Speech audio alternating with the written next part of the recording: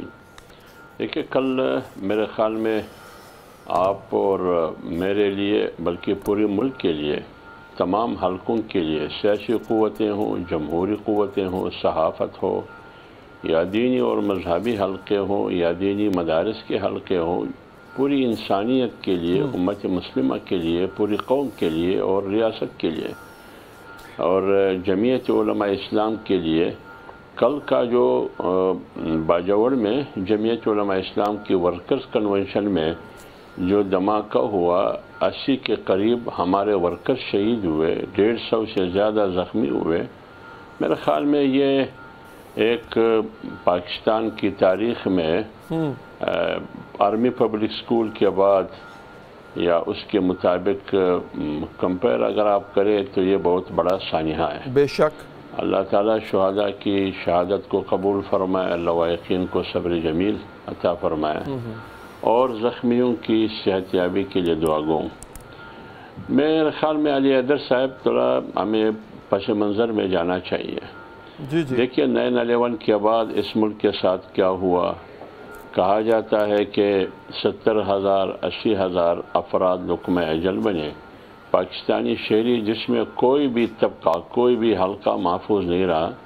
آپ کی security forces سے لے کر سیاستدان، صحافی، علماء، مذہبی طبقے، کوئی بھی محفوظ نہیں رہا. لیکن بدقسمتی سے جمعیت علماء اسلام کو ہر طرف سے ذبح کیا جا رہا ہے.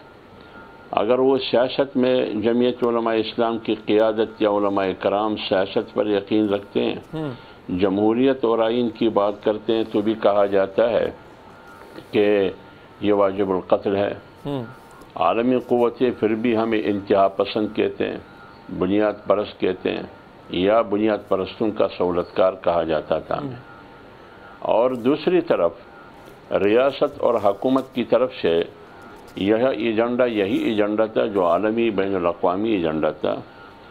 تو یہ 9/11 کے بعد یہ ایک انوکھی بات نہیں ہے جو ہمارے ساتھ ہو رہا تھا، لیکن کوئی سنوائی نہیں ہو رہی تھی کسی طرف سے بھی، نہ عام آدمی کا، نہ سیاستدان کا، نہ علماء کا، نہ کسی اور کا. میں باجوڑ پہ آتا ہوں. باجوڑ میں تقریباً 4 سال سے جمعیت علماء اسلام نشانے پر ہے. درجنوں علماء کرام یک کے بعد دیگرے ٹارگٹ کیا گیا اور شہید کیے گئے، اور جمعیت علماء اسلام کے عہدیدار شہید کیے گئے. بلکہ پروونشل صوبائی اسمبلی کے ٹکٹ ہولڈر اور قومی اسمبلی کے ٹکٹ ہولڈر ٹارگٹ بنے، شہید کیے گئے. عہدیدار تو دور کی بات، وہ تو الگ، اور کارکن الگ، عام آدمی اور قبائلی معتبرین. کل کا جو سانحہ ہوا، اب آپ مجھے بتائیے کہ یہ تیاری جو ورکرز کنونشن کی ہے، یہ 1 دن 2 دن سے نہیں تھی، تقریباً 4 ہفتوں سے یہ تیاری شروع تھی. ٹھیک. میں سن رہا تھا اپنے جو ورکرز ہے، جس کا ایک بھائی بھی اس میں شہید ہوا ہے، آج میں ان کو سن رہا تھا، وہ باقاعدہ ضلعی انتظامیہ کے پاس گئے ہیں کہ ہم جلسہ کر رہے ہیں، یہاں کنونشن کا انعقاد کر رہے ہیں، ہمیں سیکورٹی دے. لیکن ان کو سیکورٹی نہیں. لیکن حافظ صاحب عرض یہ ہے کہ بات صرف سیکورٹی کی نہیں ہے. مطلب کب تک عام آدمی اپنے ساتھ گارڈز یا بندوق لے کے پھرے، گھروں کو تالے لگا کے رکھے؟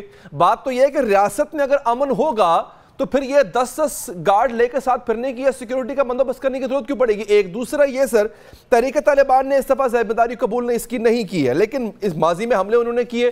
آپ ہی کے ساتھی علماء وہ دہشت گردی کی مذمت کرتے ہیں مگر تحریک طالبان کی مذمت نام لے کے نہیں کریں گے. میرے پروگرام میں کئی دفعہ ایسا ہوا، بلکہ میں نے کلپ بھی چلایا ابھی حال ہی میں، ایک صاحب نے مذمت نہیں کی. آپ کے علماء میں خود بھی اختلاف ہے سر، کیوں مذمت کیوں نہیں کرتے سر کھلے بندوں اس کی؟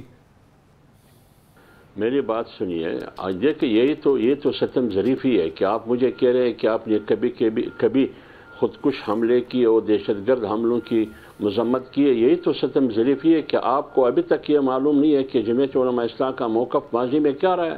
کیا جمعیت علماء اسلام نے کبھی کہا ہے کہ طالبان کے لیے پشاور میں دفتر ہو؟ لیکن جو آدمی یہ کہا کرتا تھا وہ تو سیاستدان بن گیا. وہ آج بھی جمہوریت کے چمپئن بن چکا ہے. سانحہ 9 مئی کے بعد بھی وہ بھی کرتا رہا، یہ بھی کرتا رہا. وہ آدمی جو اپنے حکومت میں کس کے ذریعے وہاں جا کے باتیں اور 35 ہزار لوگوں کو یہاں لایا، اس کو آج بھی آپ سیاستدان کہتے ہیں، اور مجھے کہہ رہے ہیں کہ آپ نے مذمت کی۔ پھر مولانا فضل الرحمان صاحب پر 3 خودکش حملے کس نے کیے؟ مولانا عبدالغفور حیدری پر ایک خودکش حملہ کس نے کیا؟ اکرم درانی پہ خودکش حملہ کس نے کیا؟ شیخ حسن جان، مولانا نور محمد صاحب، مولانا معراج الدین، جو تینوں جمعیت علماء اسلام کے پارلیمنٹرین تھے، ان کو گولی سے چھلنی کر کے شہید کیا گیا۔ یہ کون تھے بھائی؟ یہ کون تھے؟ یہی تو ہم تھے جو نشانے پہ تھے۔ لہٰذا یہ کہنا تو اسی وجہ سے ہم نشانے پر تھے کہ ہم اس کی جہاد کو جہاد ہی نہیں کہتے تھے، کوئی بولنے کے لیے تیار ہی نہیں تھا، لیکن وہ اس نشانہ بنا رہے تھے ہمارے جہاد کو جہاد کہو۔ ہم آج بھی نہیں کہتے ہیں، کل بھی نہیں کہتے تھے۔ آپ کے خیال میں کل کے دھماکے کو میں جہاد کہوں یا فساد کہوں؟ کیا کہوں اس کو؟ اس لیے میں کہہ رہا ہوں کہ یہ میری ذمہ داری نہیں ہے۔ جمعیت علماء اسلام عام آدمی کی پارٹی ہے، وہ عام آدمیوں سے ہو کے جمعیت علماء اسلام نے جنم لی ہے۔ میں عام آدمی کی زبان ہوں، خواہ میں حکومت میں ہوں، پارلیمنٹ میں ہوں، جہاں بھی ہوں، میں اس کی زبان ہوں، میں وہ بات کروں گا جو عام آدمی۔ میں تو آسمان سے فرشتہ بن کے نہیں آیا ہوں کہ میں نے ادھر سیاست کرنی ہے۔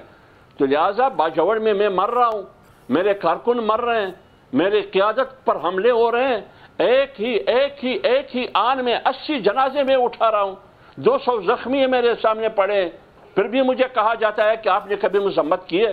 دیکھیں یہ بہت دکھ کی بات ہے۔ ریاست کی ذمہ داری ہے، سیکورٹی فورسز کی ذمہ داری ہے۔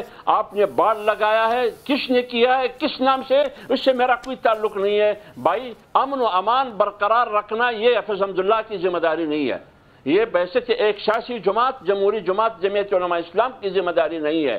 جس کی ذمہ داری ہے باڑ آپ نے لگایا ہے، ایک مرغی پر نہیں مار سکتا، تو پھر یہ لوگ کہاں سے ہے؟ فورسز آپ کی ہے، فوج آپ کے پاس ہے، ایف سی آپ کے پاس ہے، 32 انٹیلیجنس ادارے آپ کے پاس ہے، ایجنسیاں آپ کے پاس ہے، انتظامیہ اور گاڑی آلات مجھے تو آپ جلسے کی اجازت ہی نہیں دیتے۔ جب اجازت دیتے ہیں مجھے سیکورٹی نہیں دیتے، پھر میں کیا کروں؟ میں سیاست چھوڑ دوں؟ میں گھر میں بیٹھوں؟ گھر میں تو بھی مجھے معاف نہیں کیا جا رہا۔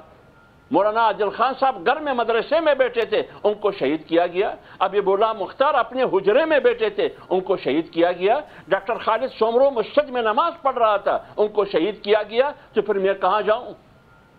آپ دیکھیں، آپ باجوڑ کے لوگوں کو نقل مکانی پہ مجبور نہیں کر سکتے۔ یا تو ریاست اور حکومت تحفظ کرے عام آدمی کا، باجوڑ کے لوگوں کا اور عام لوگوں کا نہیں کر سکتے۔ اجازت دے عام آدمی خود اپنی حفاظت کرے۔ حافظ صاحب دیکھیں، آپ نے 2-3 باتیں کی کہ ریاست اور حکومت آپ کا تحفظ کرے، حالانکہ حکومت میں آپ خود ہیں۔